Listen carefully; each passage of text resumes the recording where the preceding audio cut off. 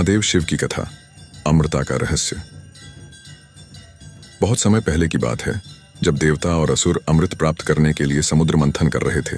अमृत, जो अमृता का रहस्य था, उसे पाने के लिए सभी आतुर थे। समुद्र मंथन से कई चीजें निकलीं, रत्न, अमृत, विष और बहुत कुछ।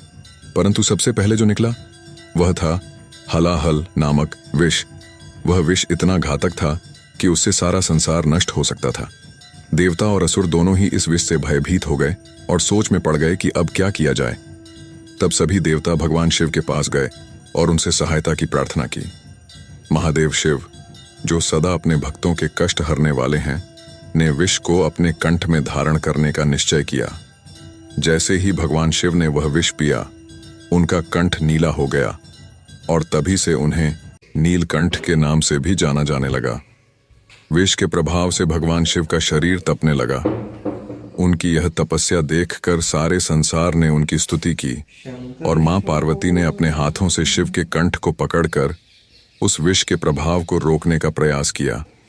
शिवजी ने अपनी योग्य शक्ति के द्वारा उस विष को कंठ में ही रोक दिया, जिससे वह उनके शरीर में न फैल सके।